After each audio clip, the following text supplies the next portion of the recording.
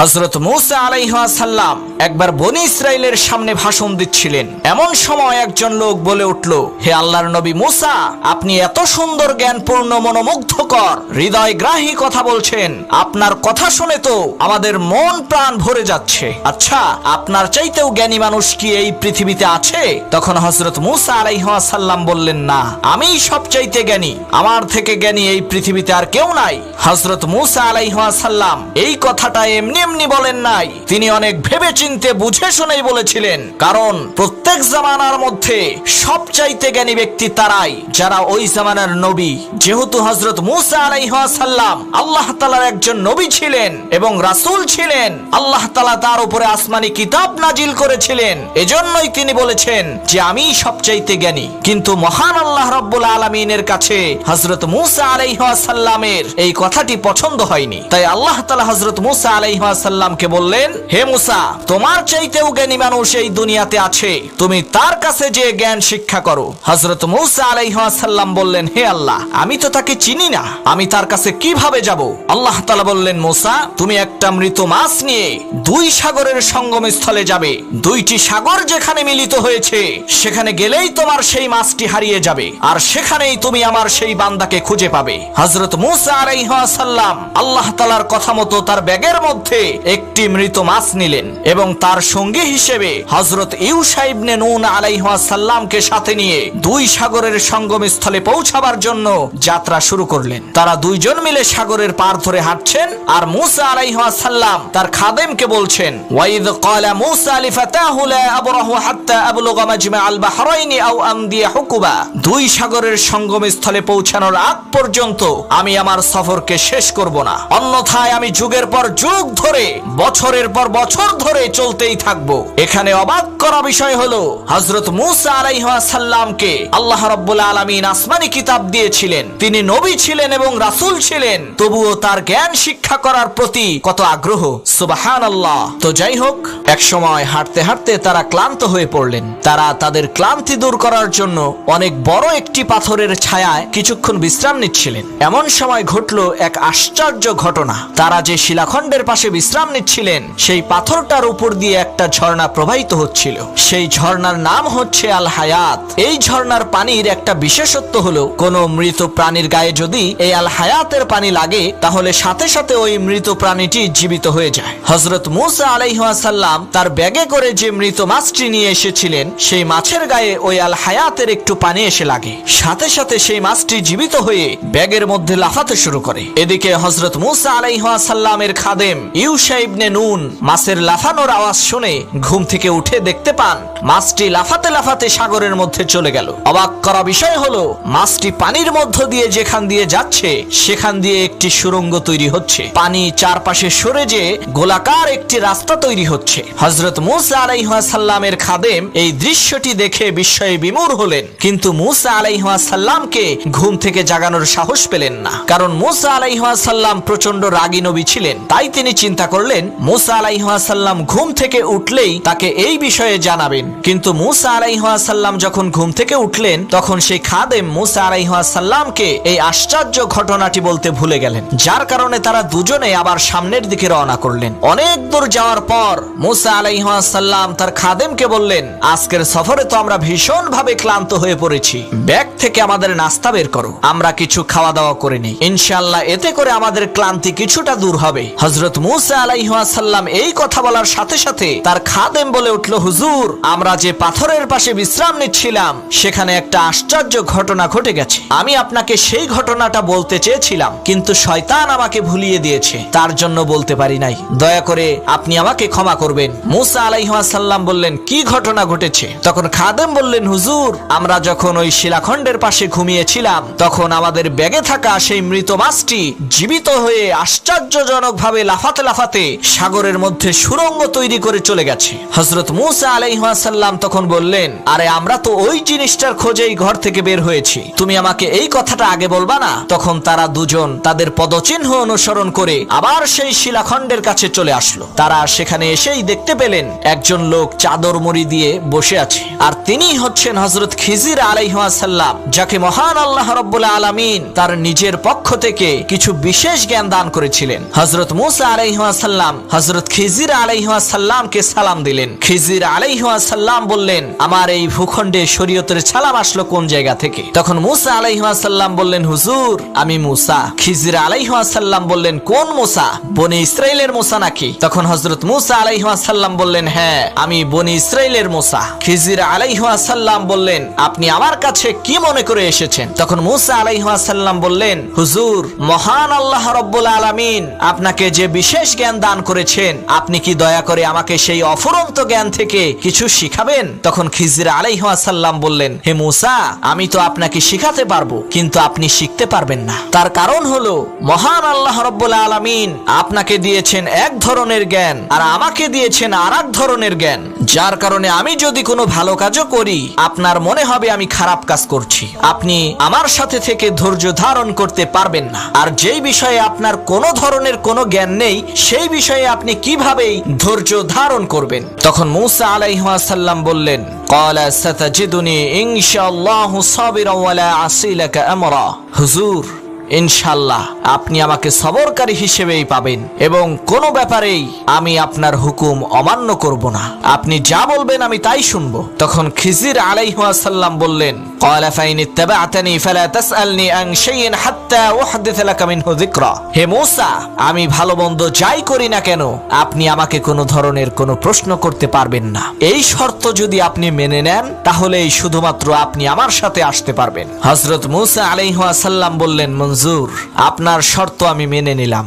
এরপর হযরত মূসা আলাইহিস সালাম এবং খিজির আলাইহিস সালাম এই দুইজন মিলে সাগরের পার ধরে সামনের দিকে চলতে থাকলেন। তারা হঠাৎ একটা নৌকা দেখতে পেয়ে সেই নৌকার কাছে যে নৌকার মাঝিদেরকে বললেন, ভাই আমরা মুসাফির মানুষ, আমাদের কাছে টাকা পয়সা নাই, আপনারা কি দয়া করে আমাদেরকে এই সাগরটা পার করে দেবেন?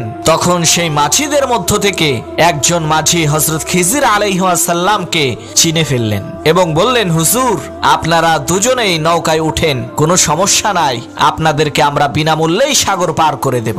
তখন হযরত খিজির আলাইহিস সালাম এবং মূসা আলাইহিস সালাম সেই নৌকায় উঠে বসলেন। নৌকাটা যখন চলতে চলতে তাদের কাঙ্ক্ষিত স্থানে পৌঁছে গেল, আর একটু পরেই নৌকাটি উপকূলে ফিরবে, এমন সময় হযরত খিজির আলাইহিস সালাম আস্তে করে গোপনে নৌকার উপরের তলা থেকে নিচের তলায় যে শক্ত একটি বস্তু দিয়ে আঘাত করে নৌকার একটি তক্তা ভেঙে ফেললেন। এর ফলে নৌকার মধ্যে পানি উঠতে শুরু করলো। এই দৃশ্য দেখে হযরত মূসা আলাইহিস সালাম বলে উঠলেন, লাকাদ জি'তা শাইআন ইমরা। হে খিজির আলাইহিস সালাম আপনি কি এই নৌকার সমস্ত আরোহীদেরকে ডুবিয়ে মারতে চান? আপনি জঘন্যতম একটা কাজ করেছেন।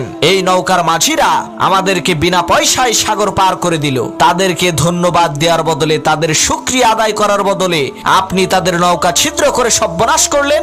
আসলেও আপনি একটি গর্হিত কাজ করে ফেলেছেন। তখন খিজির আলাইহিস সালাম বললেন, ক্বালা আলাম আকুল ইন্নাকা লান তাসতাতিআ মাইয়া সাবরা। হে মূসা আমি না তোমাকে আগেই বলেছিলাম তুমি আমার সাথে সবর করতে পারবে না, কারণ আমার যে জ্ঞান আছে তোমার সেই জ্ঞান নাই, আবার তোমার যে জ্ঞান আছে সেই জ্ঞান আমার নাই। তখন মূসা আলাইহিস সালাম খিজির আলাইহিস সালামকে বললেন, ক্বালা লা তুআখিযনি বিমা নাসিত ওয়া লা তুরহিকনি মিন আমরি উসরা। হুজুর ভুল চুকের জন্য আমাকে পাকড়াও করবেন না, আমার ব্যাপারে আপনি কঠোর নীতি অবলম্বন করবেন না, মেহেরবানি করে আমাকে ক্ষমা করে দিন। হযরত খিজির আলাইহিস সালাম ক্ষমা করে দিলেন। এরপর তারা নৌকা থেকে নেমে সামনের দিকে আবার রওনা করলেন। তারা দেখতে পেলেন মাঠের মধ্যে অনেকগুলো ছেলে মেয়েরা খেলাধুলা করছে। সেই ছেলে মেয়েদের মধ্য থেকে একজন ছেলে দেখতে খুবই সুন্দর, অন্য সবার চাইতে সেই ছেলেটি সুদর্শন এবং অত্যন্ত বুদ্ধিমান। হযরত খিজির আলাইহিস সালাম সেই সুন্দর বালকটির কাছে যে সেই বালকটিকে ঘাড় মটকে হত্যা করলেন। এই দৃশ্য দেখা মাত্রই হযরত মূসা আলাইহিস সালাম বলল, লাকাদ জি'তা শাইআন নুকরা। আপনি জঘন্যতম একটা কাজ করেছেন। এই নিষ্পাপ মাসুম বেগুনা বাচ্চাটাকে আপনি কেন হত্যা করলেন? সে কি কোনো অপরাধ করেছিল? তার কি কোনো দোষ ছিল?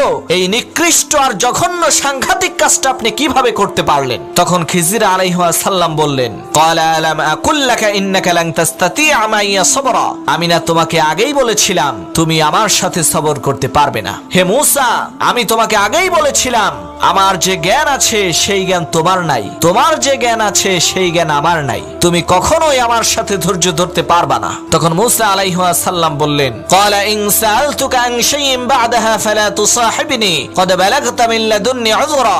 হুজুর, আমাকে ক্ষমা করে দিন।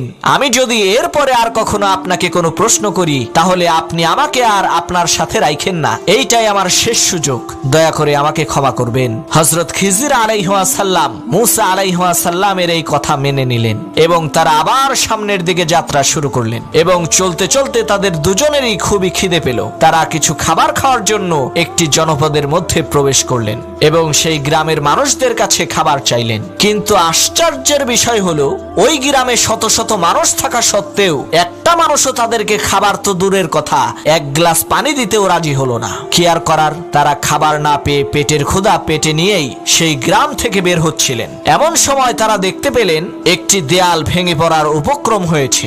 দেয়ালটা একেবারে বাঁকা হয়ে আছে। কেউ যদি এই দেয়ালটাকে ঠিক না করে তাহলে দেয়ালটা কিছুদিন পরেই ভেঙে পড়বে। হযরত খিজির আলাইহিস সালাম অনেক সময় এবং শ্রম দিয়ে সেই দেয়ালটা খুব সুন্দর মতো মেরামত করে দিলেন। হযরত খিজির আলাইহিস সালামের এই কাণ্ড দেখে হযরত মূসা আলাইহিস সালাম বললেন, ক্বালা লাউ শি'তা লাত্তাখাযতা আলাইহি আজরা।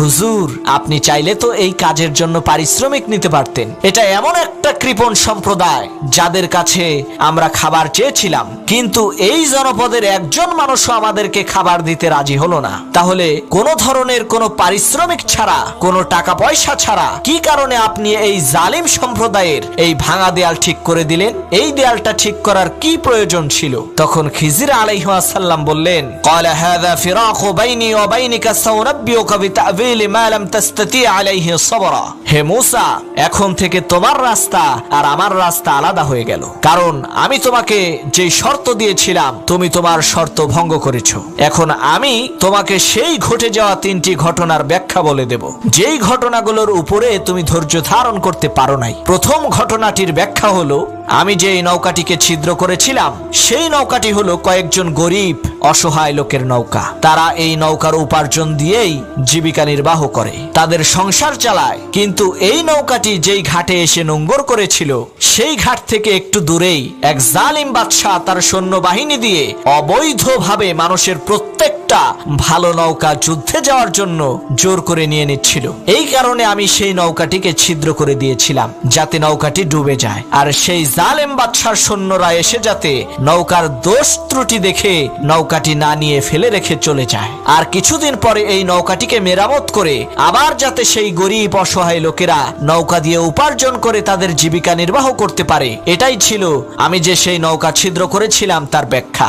আর যেই বাচ্চাটিকে আমি হত্যা করেছিলাম তার মা বাবা ছিল খুবই ভালো মানুষ, নেককার পরহেজগার আল্লাহওয়ালা খোদাভীরু মানুষ। কিন্তু মহান আল্লাহ রাব্বুল আলামিন আমাকে জানিয়ে দিয়েছেন যে এই বাচ্চা ভবিষ্যতে নমরুদ আর ফিরাউনের মতো পৃথিবী বিখ্যাত কাফের হবে, আল্লাহ তাআলার সাথে নাফরমানি করবে, মা বাবার সাথে নাফরমানি করবে, তার জান্নাতি মা বাবাকে জাহান্নামে নিয়ে যাবে। এ কারণে মহান আল্লাহ রাব্বুল আলামিন আমাকে হুকুম দিয়েছেন যে এই বাচ্চাকে তুমি হত্যা করো। এই বাচ্চার বদলতে আমি আল্লাহ ওই বাচ্চার মা বাবাকে ওর চাইতে অনেক জ্ঞানবান, অনেক সুন্দর আর অনেক সুদর্শন নেককার সন্তান দান করব। মূসা, তুমি কি মনে করেছো আমি এই সব কাজ নিজের ইচ্ছাই করেছি? কখনোই না। এই সমস্ত কাজ আমি মহান আল্লাহ রাব্বুল আলামিনের ইচ্ছায় করেছি, আল্লাহ তাআলার হুকুমে করেছি।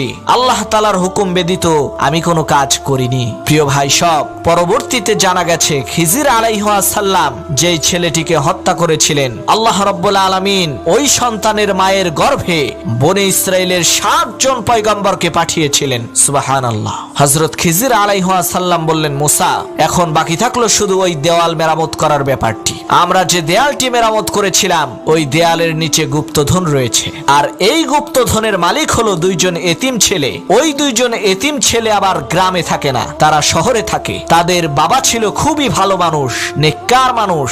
তাদের বাবা ইন্তেকালের আগে তাদের দুজনকে বলে দিয়ে গেছে যে অমুক গ্রামে অমুক দেয়ালের নিচে তোমাদের জন্য গুপ্তধন রেখে দিয়েছি, কিন্তু সেই গুপ্তধন তোমরা এখনই বের করতে যেও না, যখন তোমরা বড় হবে তখনই বের করবে, না হয় তোমাদের সেই গুপ্তধন তোমাদের আত্মীয় স্বজন অথবা তোমাদের পাড়া প্রতিবেশীরা জোরপূর্বক তোমাদের কাছ থেকে ছিনিয়ে নেবে। হযরত খিজির আলাইহিস সালাম বললেন, হে মূসা, মহান আল্লাহ রাব্বুল আলামিন আমাকে ওই দেওয়ালটা মেরামত করার জন্য হুকুম করেছেন, আমি নিজের ইচ্ছায় মেরামত করিনি, আল্লাহ তাআলার হুকুমে করেছিলাম, কারণ মহান আল্লাহ রাব্বুল আলামিন ওই নেককার লোকের সম্পদকে হেফাজত করতে চেয়েছিলেন।